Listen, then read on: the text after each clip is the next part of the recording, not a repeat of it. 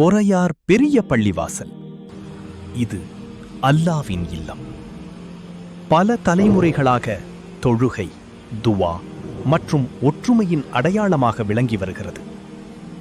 64 ஆண்டுகளாக தொழுகைகளுக்கும் எண்ணற்ற துவாக்களுக்கும் இந்த பள்ளிவாசல் சாட்சியாக இருந்து வருகிறது.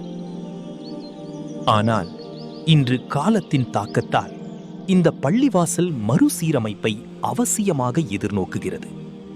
இது வெறும் கட்டிடம் அல்ல, நம் ஈமானின் அடையாளம், நம் குழந்தைகளின் மார்க்க கல்வியின் தொடக்கம், நம் சமூகத்தின் ஒற்றுமையின் மையம்.